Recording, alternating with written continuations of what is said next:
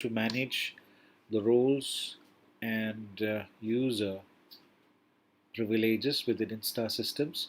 Particularly, the focus is on how you can manage the discounts. Normally, in the Insta workflow, we'll be getting into the settings to access the various roles and the user functionality. So this is how it would look like. So this is the menu option in the settings called as roles and users. Now, when you open the roles and users, this is how you would see the screen. You can see the different roles and the different user names that we have created within the Insta interface. If you click on any one of the users, you can see that we have multiple edit options here. One is the editing of the role, and the other one is editing of the user profile. So first thing, I'll get into the role. I will show you how or what are the options available within each roles.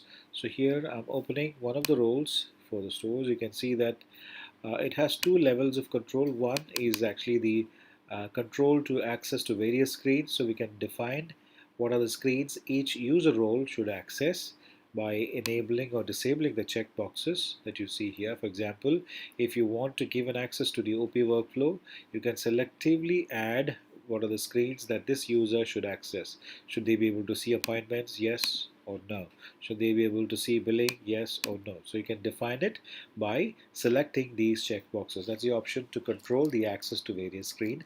And the next level of control is actually a control on the various actions that this particular role can perform. So now the question here was on how or when to give the discount. So if you see here, we have an option that says allow discounts. So if you select yes, basically this role has the access or the privilege to provide discounts. So this has to be enabled to ensure that this particular role gets access to provide discounts. That's the first level of check on providing the privilege of giving the discounts. The next level of validation is actually on the percentage or on the cap till which this user can provide a discount. So that's again a control based on the user profile. So here, as I was mentioning, we have an option to edit the role and the other one is edit the user. So I'm just getting into the specific user here. So if you click on edit user, this is what you would see. So the username, the password and everything.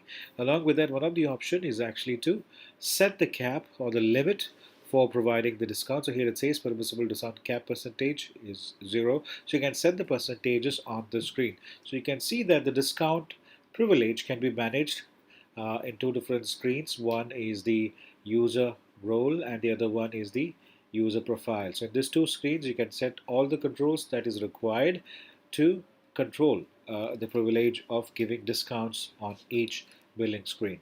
I hope this answers your questions. Thank you very much.